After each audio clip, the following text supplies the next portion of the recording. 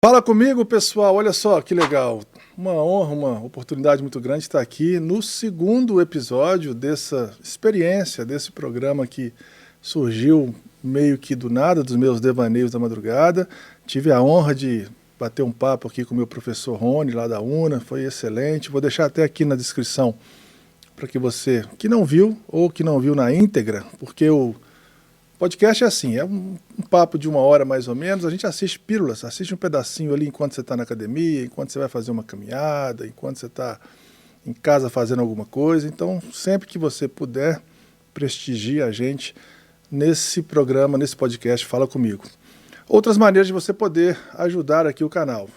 Dá o like, eu sei que eu vou falar agora porque eu sei que ao longo do vídeo você vai acabar esquecendo e é de graça. Você vai lá, aperta o joinha, o curtir, já ajuda pra caramba, faz com que o YouTube entenda que esse programa vai ser bem quisto para mais outras pessoas. Compartilhar com os amigos, pega o link do programa, joga num grupo aí de WhatsApp, olha que interessante, divulga essa ideia. Você pode também comentar, todos os comentários eu leio, respondo lá pessoalmente, é sempre muito bom bater essa bola com você. E quem também tiver a disponibilidade, vou deixar o número do Pix aqui, quem quiser ajudar o canal de alguma forma, qualquer valor, sempre é bem-vindo para que a gente possa ter mais periodicidade e cada vez mais convidados. E, por falar em bater bola, eu estou numa sinuca de bico pelo seguinte: o meu segundo convidado aqui, eu estou numa dúvida se eu devo me reportar a ele como Arthur, que inclusive é o nome do meu ídolo maior, a gente vai falar um pouco sobre isso aqui, porque eu sou Flamengo, ele é Cruzeiro, ou se eu chamo pelo nome que ele é mais conhecido em nível nacional, que também é muito famoso, o famoso Vibrantinho ou Arthur. Como é que eu te chamo? Como é que você gostaria de ser chamado por mim? Tudo bem, professor? Tudo bem. Muito obrigado pelo convite, fico muito feliz e vou te deixar à vontade, né, da forma que você quiser. Vou responder do mesmo jeito, ou como Arthur ou como Vibrantinho. Mas eu entendo, levando um pouquinho, pensando um pouquinho na sua pergunta, né, que eu acho que hoje tem que ser o Arthur. O Arthur. Porque vamos entender que as pessoas me conhecem pelo apelido, pelo trabalho da TV Alterosa e rede social, mas hoje aqui quem está sentado aqui é o Arthur, não é o personagem. O Arthur suplanta, é maior do que o Vibrantinho, né? Os dois são a mesma pessoa hoje, né, vamos dizer assim. Mas eu acho que é mais legal que seja o Arthur. Porque o Arthur aqui vai contar coisas que talvez o Vibrantinho não falaria. Legal, bacana. Arthur, olha só, eu estou aqui, eu tenho vários amigos cruzeirenses, nós estamos com uma bagagem muito bonita numa trajetória na psicanálise, então eu quero te aproveitar em várias searas, não somente no futebol, não somente na psicanálise, mas a gente vai fazer uma bagunça bem organizada aqui durante esse período que a gente está aqui. Inclusive, para começar, um grande amigo meu, o Igor Drummond, ele era de Lagoa Santa, hoje está lá em Aracaju. Falei com ele que eu ia estar contigo. Ele falou, manda para ele então a seguinte pergunta. Se na sua concepção existe alguém mais fanático pelo Cruzeiro do que seu pai? Olha, eu não levo muito por esse lado de ter mais, alguém que seja mais fanático. Uhum. Eu entendo que cada um expressa a sua paixão, né, de uma forma. O meu pai, ele uniu a profissão, né, que é o que ele gosta de fazer, com a paixão pelo Cruzeiro. Então, ele sofre tanto quanto uma pessoa que não é conhecida, uma pessoa que só fica dentro de casa com radinho, mas são sentimentos, é o mesmo sentimento de alegria nas vitórias, o mesmo sentimento de decepção ou tristeza nas derrotas. Só que cada um da sua forma, né? Eu entendo que talvez, se as pessoas tivessem uma oportunidade de ter um microfone para poder expressar, falar, inclusive eu acho isso muito legal, que é o trabalho que o Thiago Reis, meu amigo lá da Itatiaia, faz, né? Seu nome, seu bairro. Então ele dá oportunidade para os torcedores interagir, né? Falar, opinar, desabafar ou se alegrar. Então, a questão é essa, que meu pai tem uma profissão onde ele consegue expressar ali os seus sentimentos e o torcedor não tem. Mas eu entendo que todos são fanáticos, cada um na sua dosagem, né? Vai depender muito daquilo que você coloca em prioridade na sua vida. Porque o futebol é uma das coisas mais importantes, das menos importantes na vida da gente. Legal, legal.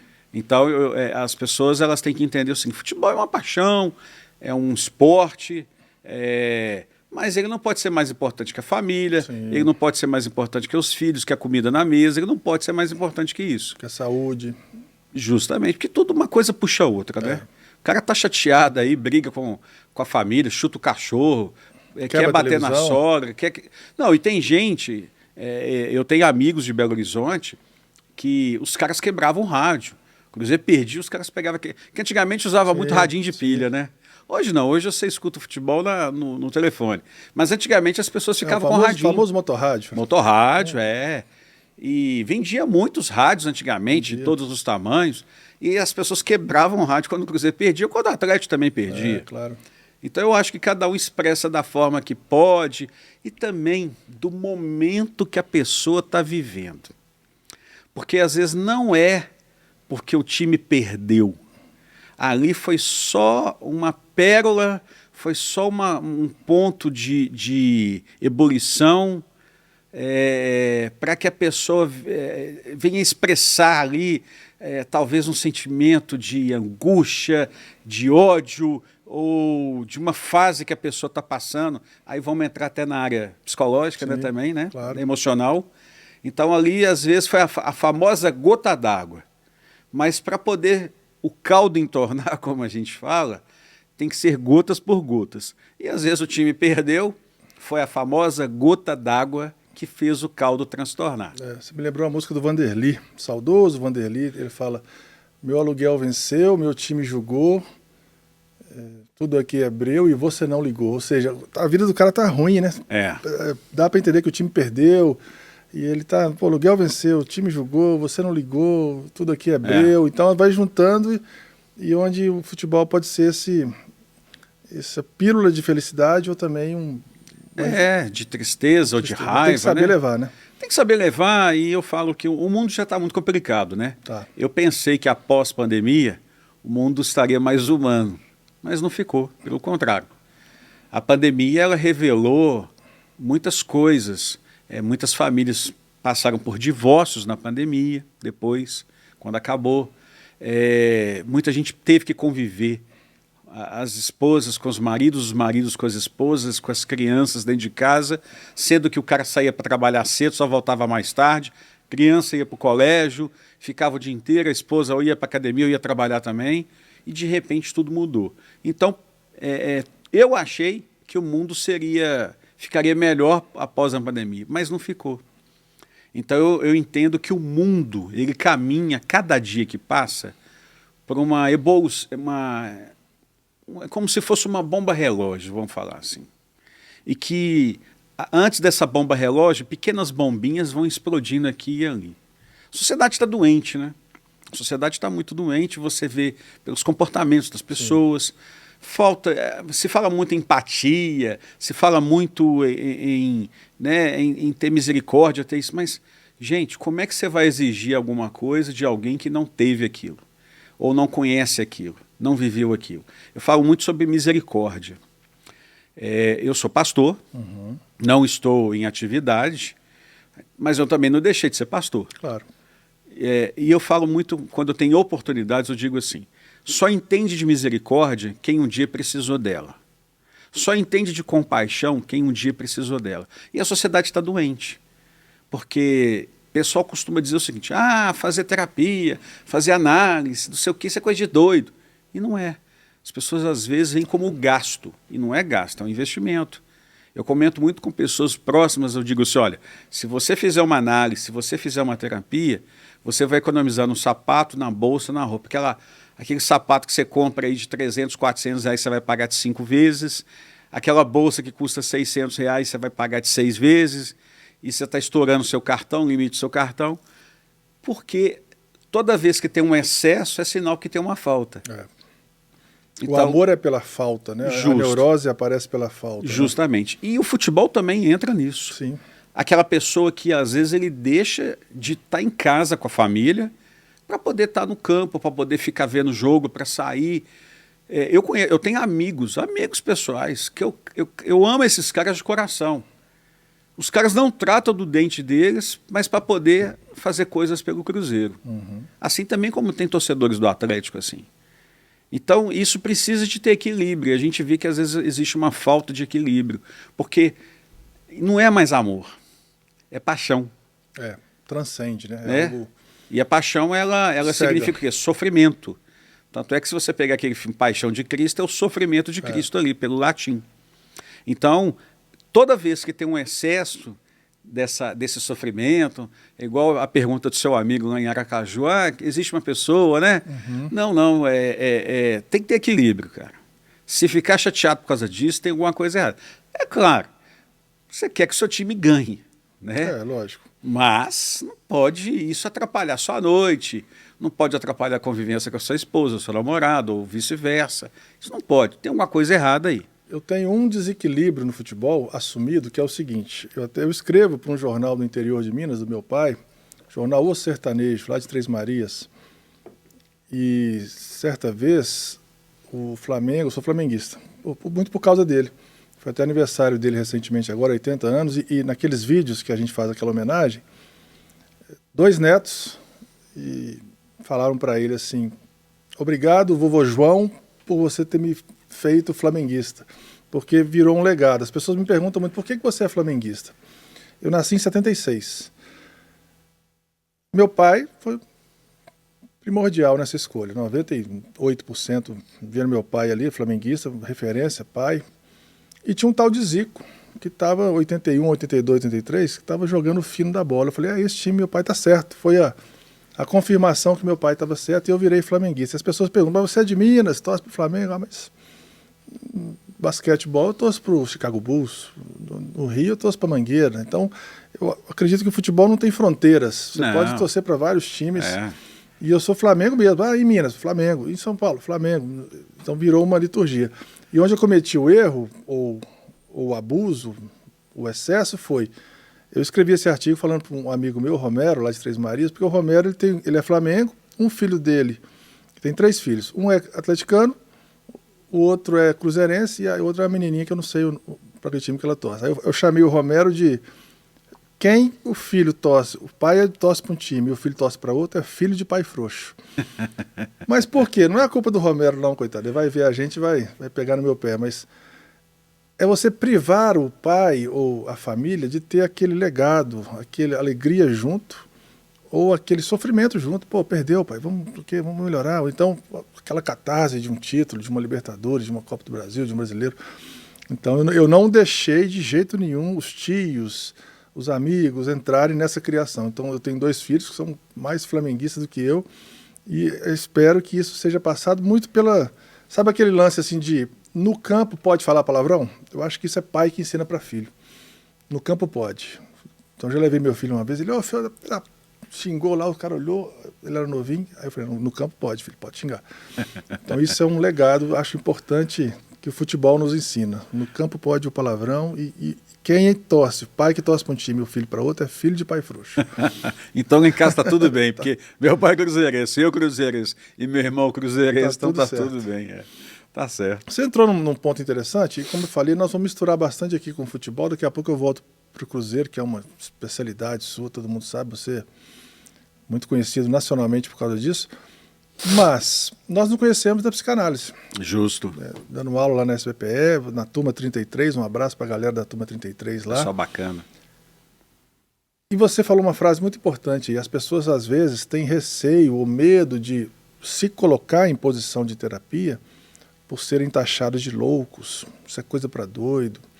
O que você diria para essas pessoas que não conhecem esse mecanismo da psicanálise e o que a psicanálise, você estudante hoje, se formando em psicanalista, está agindo na sua vida nesse sentido?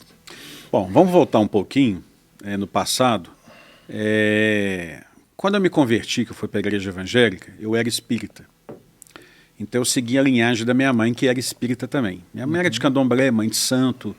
Eu acompanhava a minha mãe em diversos trabalhos, às vezes, até de encruzilhada, essas coisas que meu pai sempre foi católico. Então meu pai não se envolvia. E minha mãe sofria de transtorno bipolar e neurose obsessiva. Então, constantemente, ela vivia em crise. O que salvou meu pai, que mantém meu pai vivo até hoje, foi a profissão dele. E ele mesmo fala isso. Se não fosse o rádio, eu já tinha morrido já. Por quê?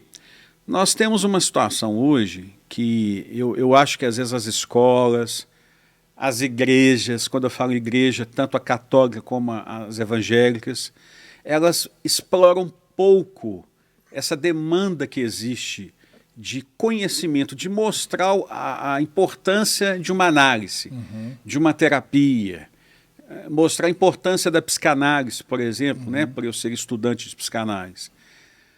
Porque eu fiz terapia com psicólogos muitos anos, mais de 10 anos. Mas eu nunca chegava no ponto de partida dos meus traumas. Entendi. Então, eu tratava um momento. Quando eu ia para a terapia, eu levava um momento. E ali eu recebia... E, claro, não é culpa de quem me tratou, muito pelo contrário, porque quem me tratou são pessoas altamente qualificadas. Duas pessoas que, assim, que eu tenho uma gratidão incrível. Mas, como estudante de psicanálise, hoje eu consigo observar a diferença. A psicanálise, ela vai lá no passado. Ela vai lá na infância. Ela vai lá na barriga da mãe. Para além disso, ela vai no inconsciente. Justamente. A psicologia tem algumas abordagens. É. E dentro de uma das abordagens é a TCC, que é a comportamental. E a comportamental, o próprio professor Rony falou aqui que a comportamental não dá conta do inconsciente. E o consciente não dá conta de tudo. Acho que foi isso que você sentiu, porque a comportamental eu quero emagrecer. O psicólogo, vamos entrar na academia, e vai te dar um dever de casa. Você já matriculou? E você vai seguindo aquele esquema de maneira bem leiga, né? Bem falando aqui de maneira por alto, onde você vai realmente evoluindo o seu comportamento. O seu comportamento melhora e você deixa de ter comportamento autodestrutivo, de autossabotagem. Porém, ela não dá conta muito do inconsciente. Por quê? Por que você está com compulsão alimentar e por que você engordou? Ela não vai muito preocupar com isso. E aí entra a vertente da psicanálise. E aí depois eu fui para a igreja evangélica, né, na área protestante, e eu formei em teologia e tudo mais, fui consagrado pastor, e aí eu fui atender pessoas da igreja. Sempre me disseram que eu sou um bom conselheiro. Então eu atendi as pessoas, mas sabe quando você percebe que o problema ali não é espiritual? Sim. Mas eu não tinha nenhum tipo de conhecimento, né? Eu era apenas, eu só fazia terapia, mas para mim, não para poder ajudar ninguém, né? Até que um dia eu resolvi conhecer sobre a psicanálise. Um amigo meu de Sete Lagoas, que é psicólogo, pastor Giovanni, um abraço ao pastor Giovanni aí, falou, olha, faz psicanálise, você vai se encontrar aí. Um abração, eu quero trazer você aqui, hein, Giovanni? Giovanni é um cara fera pra caramba. Isso, e o G falou, faça psicanálise. Aí eu fui lá na SBPE. Fui na SBPE, fiz inscrição, a primeira aula. Com o professor Carlos. Cara, é um show, né? como se eu já fosse um estudante, um aluno dele. Porque eu não tive dificuldade nenhuma em nada. Aliás, eu não tive dificuldades nenhuma até hoje em nada das aulas. Eu fiz uma prova recente, né, sobre a sua direção, né? E eu só tirei aquela nota que você me falou, porque eu estava com situações particulares que eu até comentei com você dentro de casa, que eu só estudei 1 hora só antes da prova. Mas você foi muito participativo na sala de aula. Isso faz uma diferença brutal. É porque os termos, às vezes, a gente tem um pouquinho de dificuldade, né? A gente consegue pôr na prática, mas por causa dos termos técnicos, que às vezes a gente tem um pouquinho de dificuldade. Mas naquele dia da prova, eu estudei 1 hora antes só. Falei, seja o que Deus quiser. E não estava esperando nada. E até me surpreendi com a nota, né? Com a nota boa. Eu até fiquei feliz e tudo. Mas por quê? Eu me encontrei na psicanálise. Pelo fato da minha mãe, que nós achávamos que o problema da minha mãe era espiritual. Até que um dia, uma pessoa de Belo Horizonte, que jogava búzios e tarô, eu fui nesse cara, depois de ter ido em milhares de lugares, eu ter ido com padres, pastores, todo tipo de pessoas que pudessem nos ajudar, era um pedido de socorro que eu tinha. Esse cara virou para mim e falou, olha, o problema de sua mãe não é espiritual, o problema de sua mãe é químico. Eu falei, químico? O que é isso? Remédio. Sua mãe precisa tomar remédio. Eu saí dali, comentei com meu pai, nós conhecemos um psiquiatra, fomos no psiquiatra, o psiquiatra conversou com a gente, explicou para a gente qual que era o problema da minha mãe, assim, de uma forma bem, né, para leigos, Pra leigo, né? Vamos falar assim. Nós entendemos, conseguimos levar minha mãe, ele fez a primeira aplicação de dosagem nela, aí ela melhorou. Mas aí qual que é o problema dessas pessoas? Elas melhoram, param de tomar o remédio, acho que não precisa, e voltam em crise novamente. A bipolaridade é uma das doenças, primeiro, mais hereditárias que existem, das doenças mentais, dos transtornos mentais.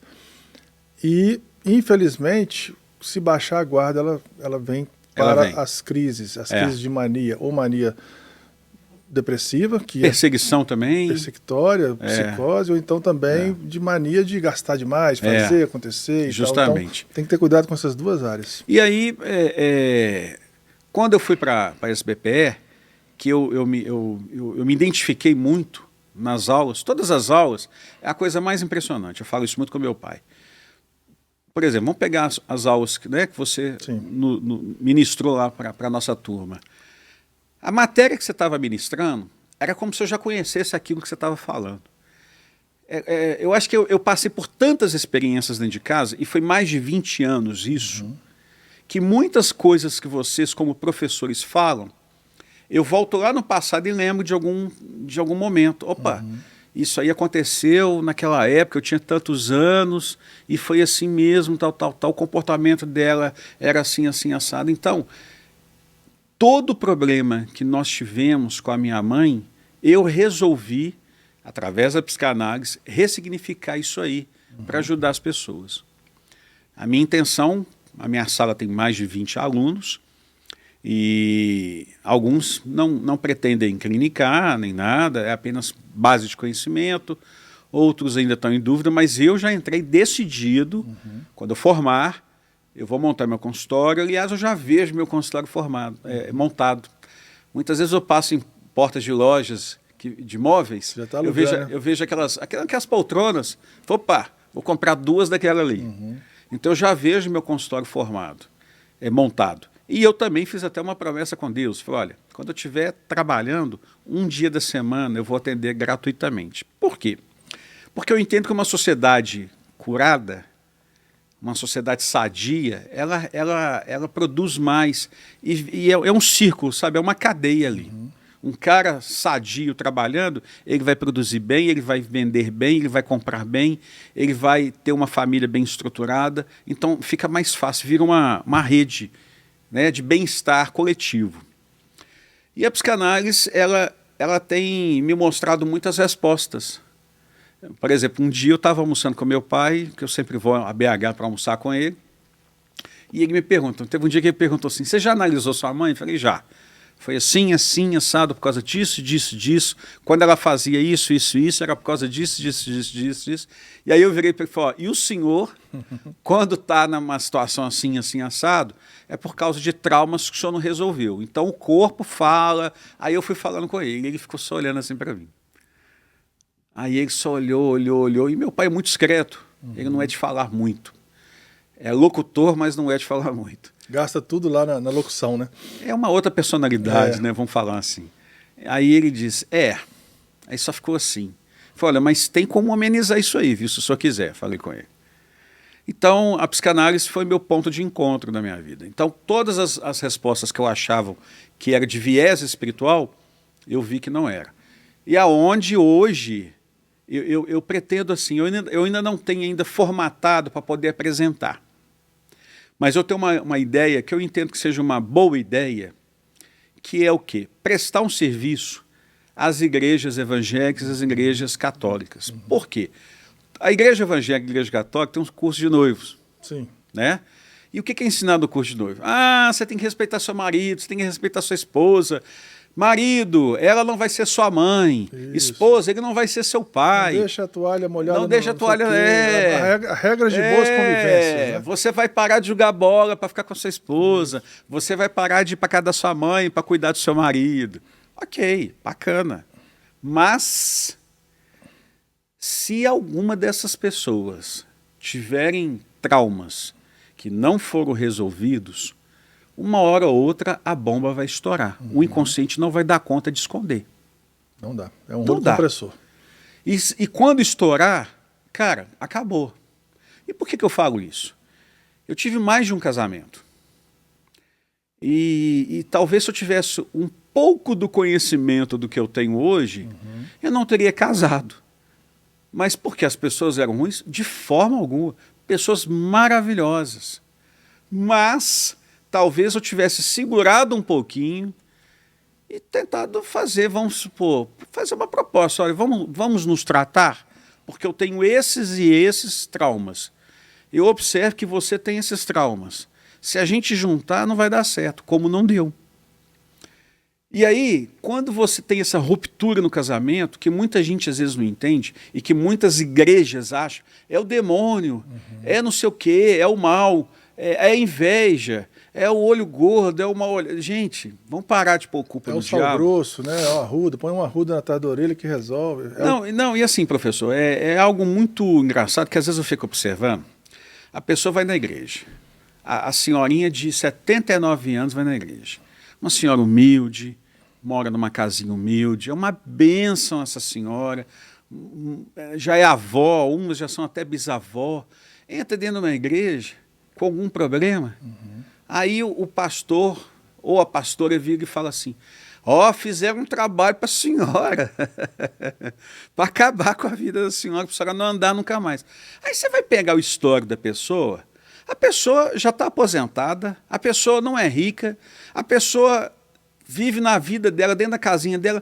Quem que vai querer gastar dinheiro para fazer um trabalho, para poder pôr uma senhora daquela, ou uma mulher, ou um homem, numa cadeira de roda, ou acabar com o casamento deles? Não, gente. O problema foi traumas que não foram resolvidos.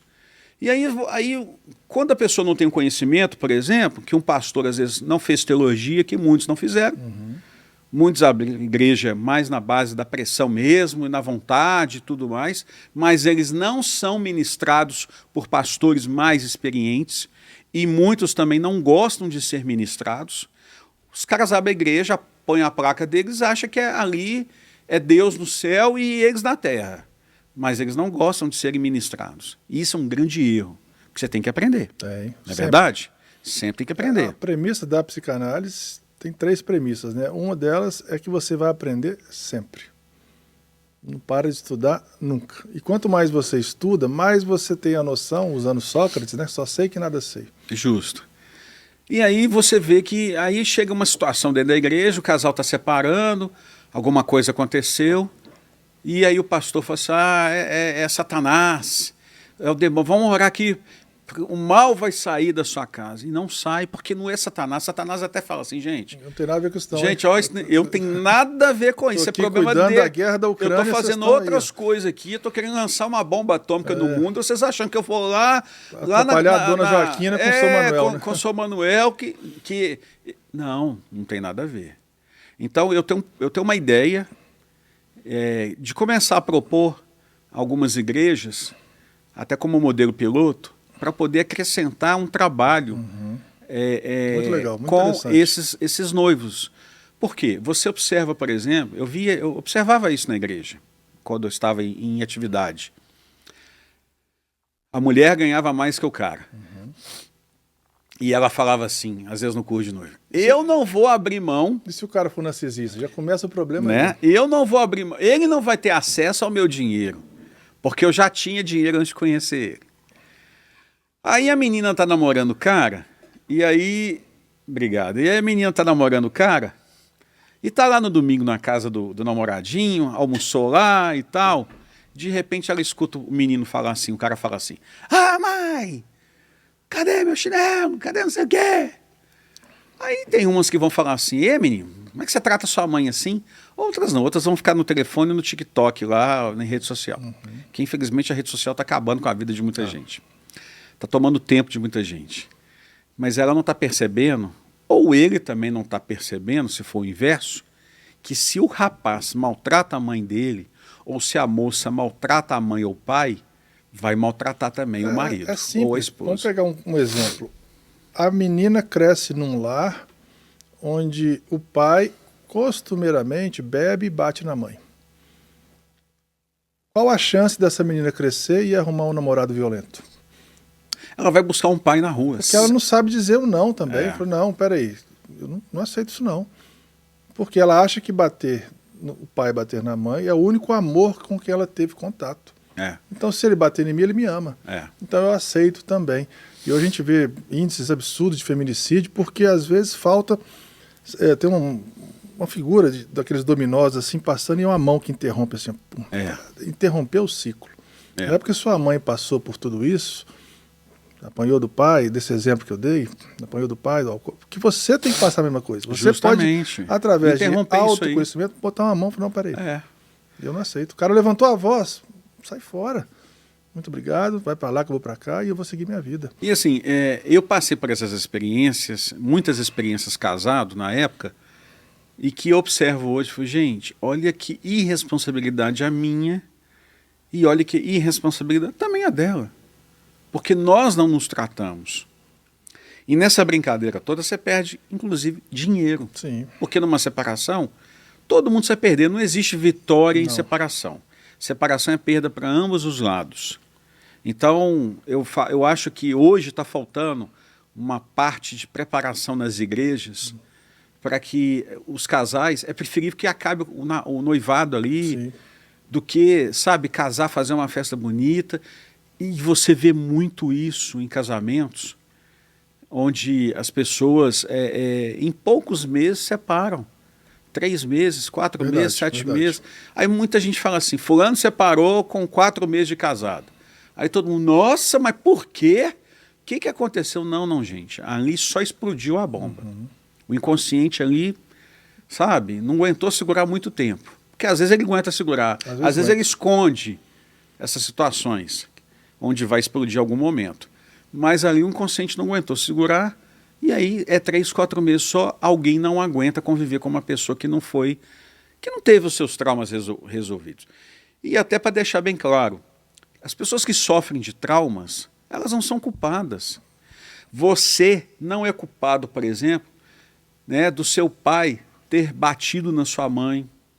Você não é culpado da sua mãe ter sido, às vezes, uma pessoa que sofria de alguma doença mental e que desestabilizou o lar. Os filhos não são culpados. Mas hoje eu entendo que é importante esses filhos terem a noção de que, se tratarem, vão amenizar muitos problemas lá na frente, rompimentos. Porque existe a doença colateral. Às vezes, essa pessoa aqui é o ente da família que está doente. Ela tem um câncer, por exemplo. Não estou falando nem de doença mental, não. Tem um câncer.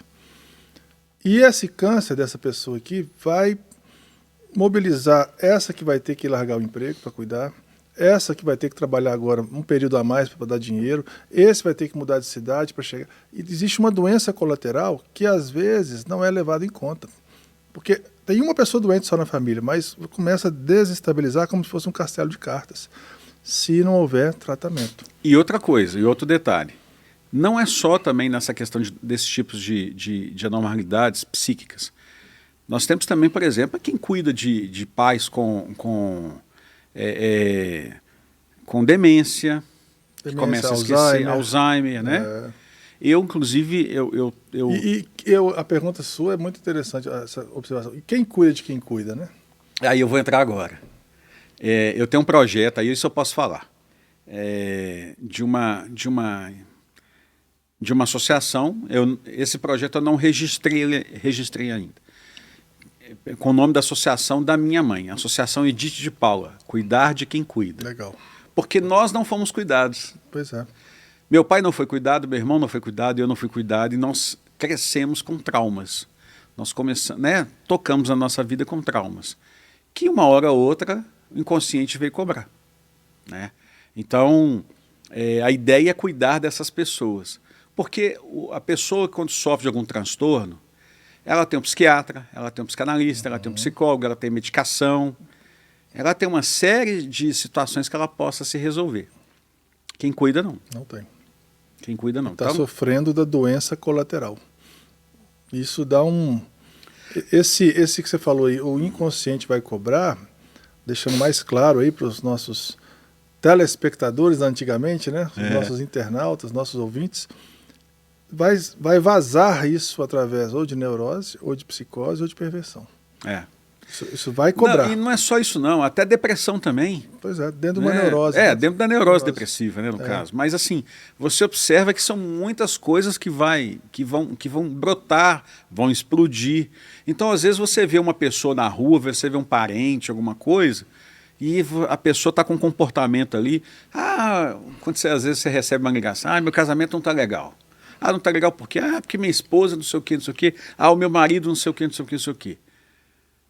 Aí quando você vai começar a fazer o estudo lá atrás, você observa que uma hora ou outra isso ia acontecer.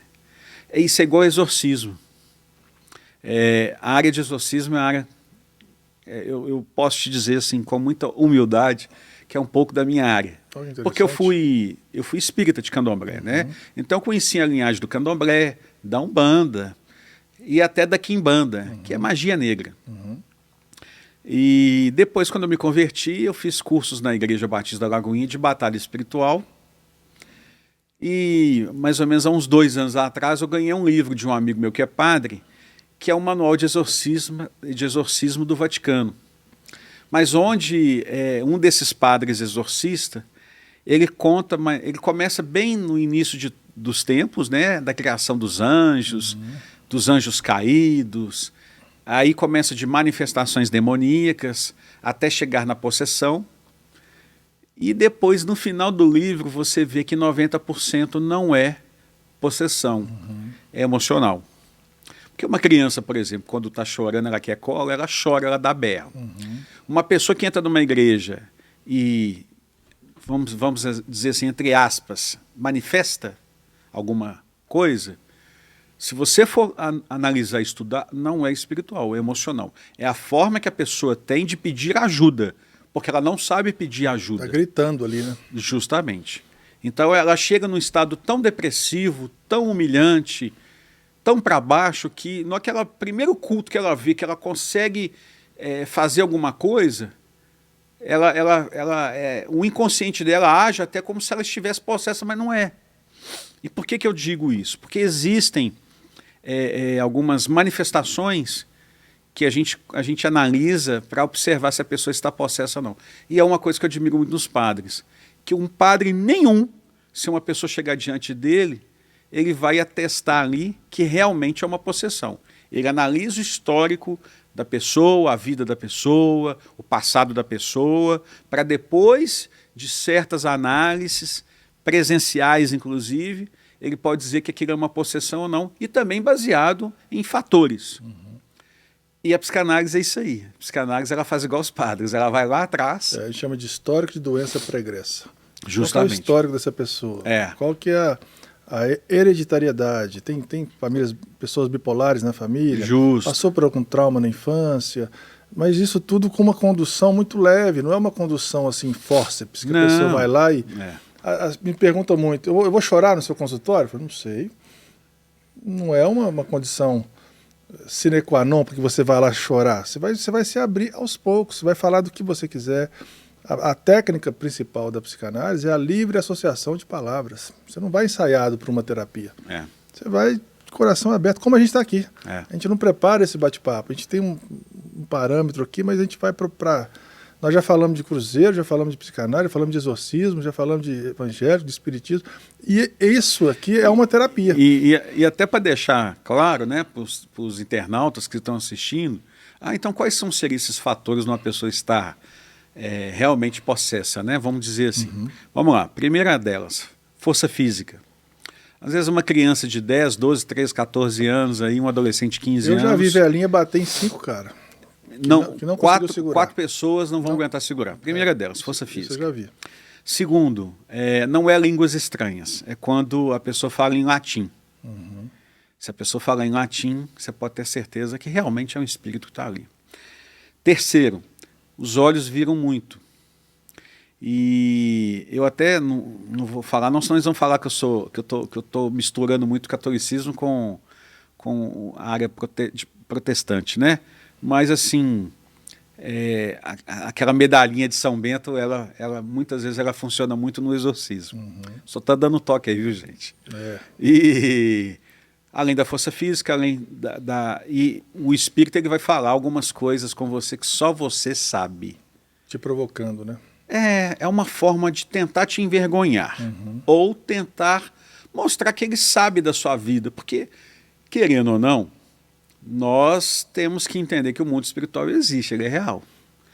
E a pessoa que não acredita que o mundo espiritual existe, né, vamos dizer assim, um ateu, que tudo foi obra do acaso, que explodiu um átomo ali e tudo foi se gerando, né? Eu respeito, mas... Eu não sei se é a Neruda que fala, eu não creio em las bruxas pelo que las hay.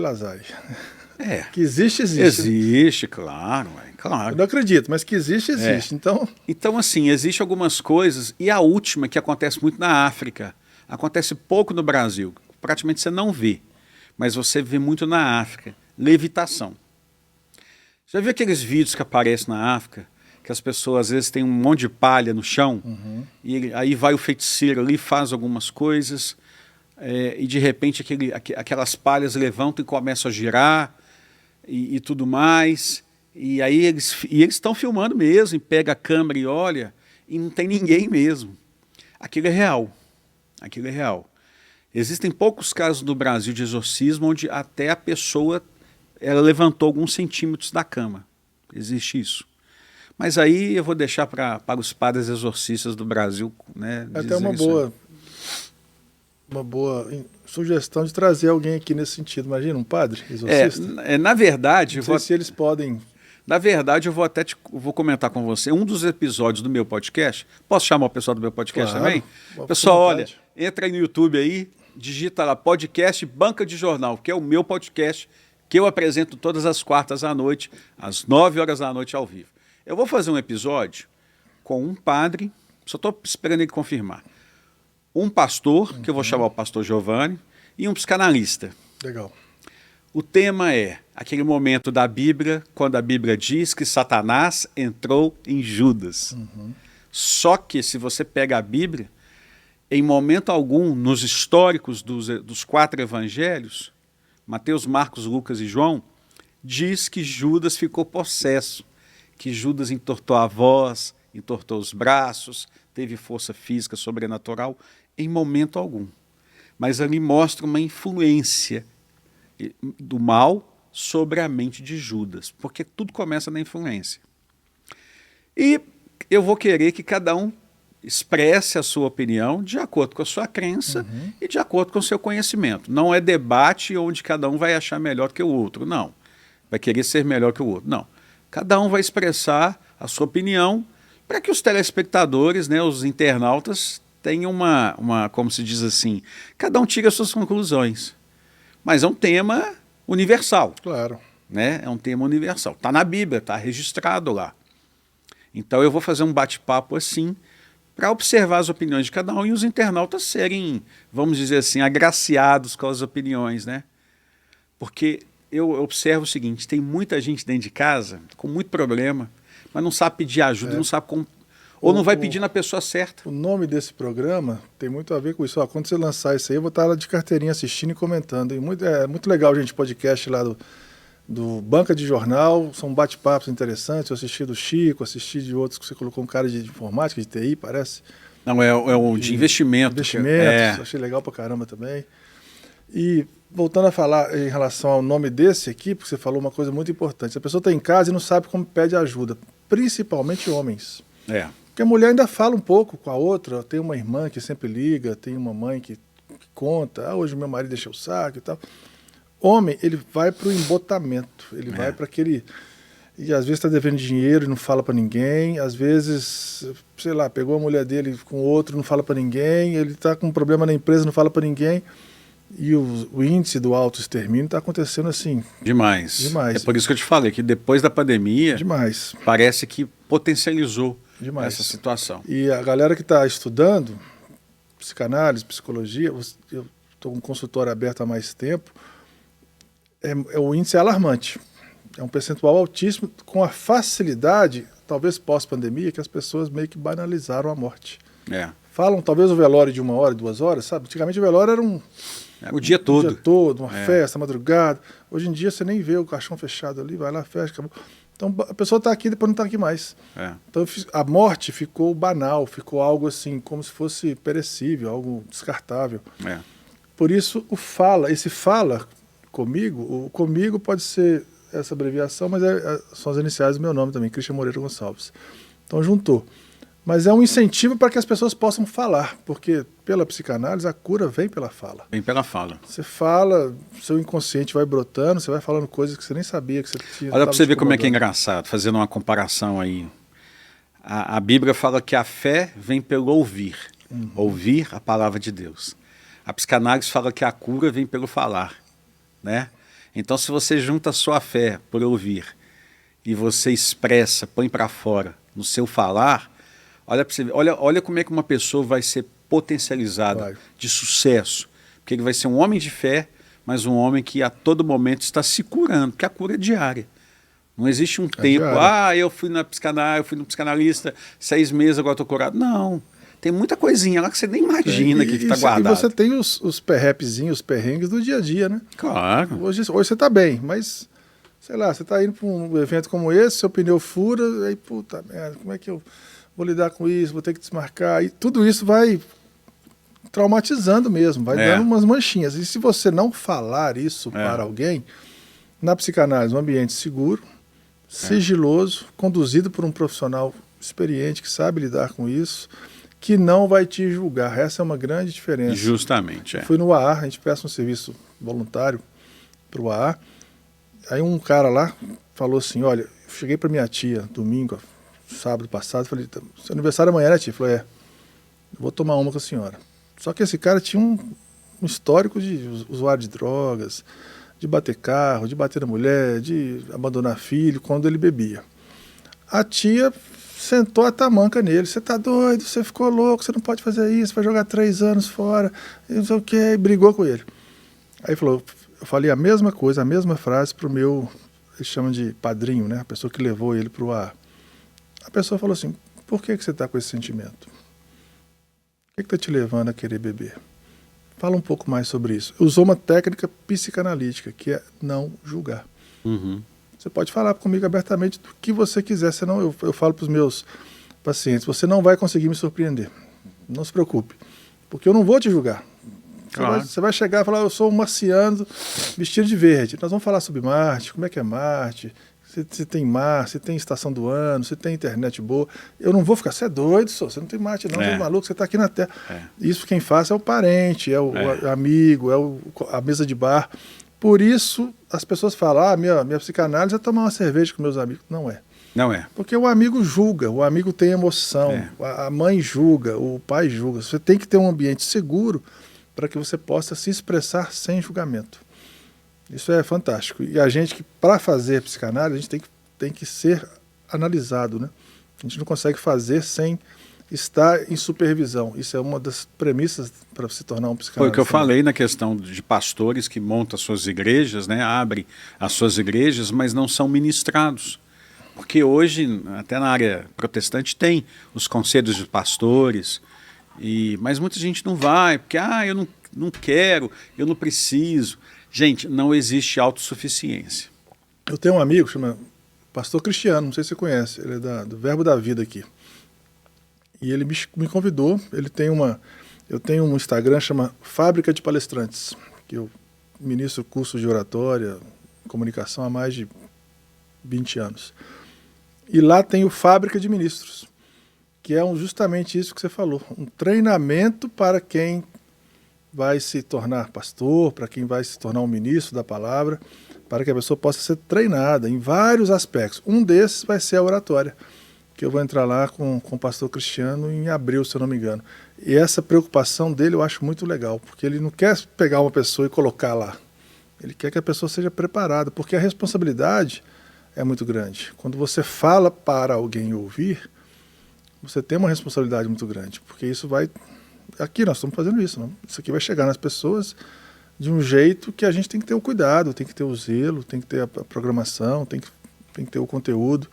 E não é só falar, não é só abrir uma igreja, não é só abrir um consultório, não é só casar sem preparar. Tudo isso que você falou faz sentido, porque essa preparação prévia é importante para você economizar tempo, economizar dinheiro e economizar inimigos. Justamente, justamente. Eu falo que, se eu pudesse deixar um recado, né, vamos dizer assim, façam análise. Não deixem para depois, não deixem, isso é bobagem. Gente, isso é investimento. Se você investir em você, porque se pega do contexto bíblico, Jesus fala assim, ama teu próximo como a ti mesmo. Se você não se amar, se você não cuidar de você, cuidar de você é muito diferente de ser egoísta. Sim. Né? É muito diferente, que às vezes as pessoas confundem. Sim. O egoísmo, né, com cuidar de mim. Não, cuidar de você é você que a sua cabeça não seja uma tampa de lixo, uma lata de lixo sem tampa, né, que você não fique absorvendo coisas que não vão te fazer bem, que você procure estar em ambientes agradáveis, porque se você não tiver nenhum ambiente agradável para poder ir, fica em casa. Fica em casa que é a melhor coisa que tem. A sua casa tem que ser seu castelo. Então, se essas pessoas tiverem essa noção de cuidar de si mesmo, amar a si mesmo, e elas vão poder, como se diz, até ajudar as pessoas. Nós temos um contexto bíblico ali que Jesus, primeiro ele cura a sogra de Pedro, depois que ela foi curada, ela passou a servi-los. Então a ordem é, seja curado, para depois você servir. E é o que eu estou fazendo. Eu tenho procurado me curar de traumas que eu tive, por uma infelicidade, uma doença que minha mãe não pediu para ter, né? Eu não posso de forma alguma agora, principalmente agora, imputar uma culpa, que isso não existe, porque até quando eu não sabia o que era, eu achava que era uma pessoa ruim. Então isso também é um recado que eu deixo para as pessoas, olha, ninguém nasce ruim, mas às vezes as pessoas se tornam ruins pelo ambiente que elas convivem, por traumas que elas carregam, e que acaba que a pessoa se fecha, porque ninguém dá aquilo que não tem. Então eu falo, mas eu não tive carinho, ele não me dá carinho, mas você procura saber se ele teve? Você procura saber se o pai dele teve carinho do avô dele? Isso. Então vamos voltar lá atrás, em outras gerações. Aí você vai conseguir compreender. E o mais bonito de tudo que eu acho é o seguinte, o amor é o maior poder de todos. Porque se você se amar, quando eu falo se amar, é o que eu estou fazendo. Eu tô me tratando, eu estou me curando, eu estou buscando ajuda, além do conhecimento. Porque na escola eu busco conhecimento. Mas tudo que eu faço na terapia da escola e tudo que eu aprendo com os amigos, eu estou me amando, né, para poder me amar. Mas eu entendo que esse amor que eu estou tendo comigo, ele vai ser tão importante para me poder ajudar pessoas a serem curadas.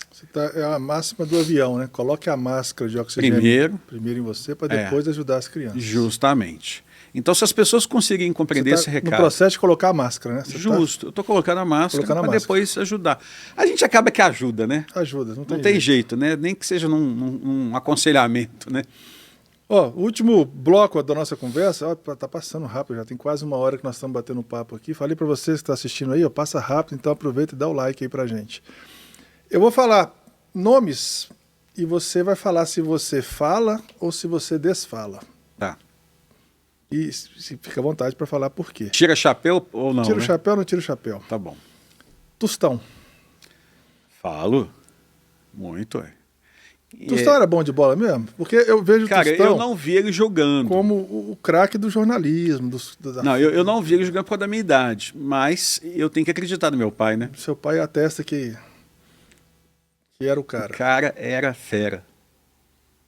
Eu acho que Na Copa de 70 ali tem uns lances bem bacanas para dele, poder né? ter um outro Tostão aí numa nova geração vai ser Vai difícil. ser difícil. É. O meu ídolo maior, Zico. Falo, tiro o chapéu. Poxa, Zico é Zico, né, cara? E além de tudo, é um ser humano maravilhoso, né? Como pessoa, simpático, né? Tostão, para quem conhece, ele é muito tímido. Se você encontrar com o Tostão na rua, ele é muito tímido. O Zico não, o Zico é mais alegre. Mas carioca também, né, pô? Carioca, né? Poxa. Então, Alexandre Calil. falo. Gosto do Calil. Muita gente, muito cruzeirense vai me xingar, mas eu não posso reclamar do Calil, porque o Calil sempre me tratou muito bem. Além de respeito, sempre me tratou muito bem. Uma vez eu precisava de ter uma audiência com ele na prefeitura, pedi o Chico Maia, eu fui atendido em uma semana. Enquanto tinha vereadores aí que tinha meses que ele não recebia. E o Calil é atleticano. É um atleticano doente. Então eu tenho que entender a postura do Calil. Hoje eu já não julgo mais o Calil. Claro.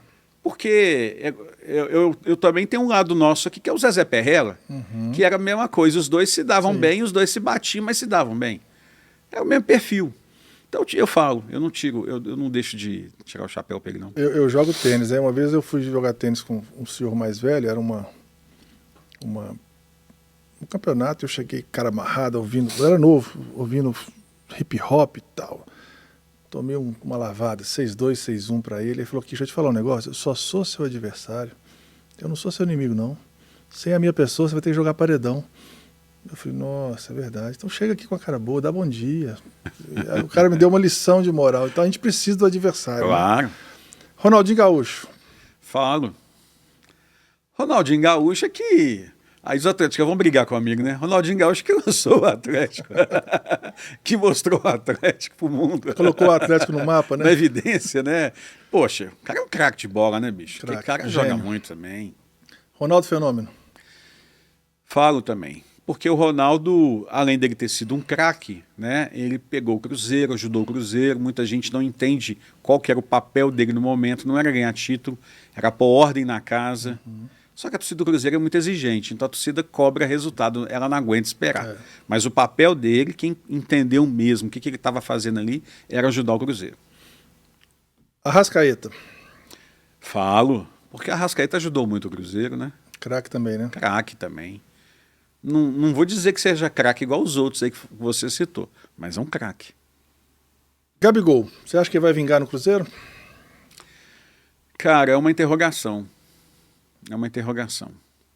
Eu acho que o Dudu vai vingar, o Gabigol ainda não me convenceu. Mas também está muito cedo, né? Sim. Eu costumo dizer para alguns torcedores que me seguem nas redes sociais, gente, vocês são muito imediatistas, calma, tem que esperar um pouquinho. A gente observa alguns detalhes, né? E agora com o psicanalista a gente também observa detalhes, né? Não tem jeito, cara. Mais ainda. Não tem jeito, é impressionante. Mas eu prefiro entender o seguinte, calma, vamos observar. Deixa ele mostrar mais ainda algumas coisas. Ele não teve momentos decisivos ainda. Ele não teve no Cruzeiro para poder decidir, ter oportunidade de decidir ou não. Ah, Campeonato Mineiro, não, gente, não teve. Não teve ainda. Porque nós vamos ter brasileiro, nós vamos ter outros títulos, outras competições. O Brasil, Libertadores. Então, ele não teve. O Cruzeiro está no Libertadores? Não, Libertadores não. Sul-Americana? Sul-Americana, sim. Então vai ter pelo menos três campeonatos importantes para mostrar é. serviço.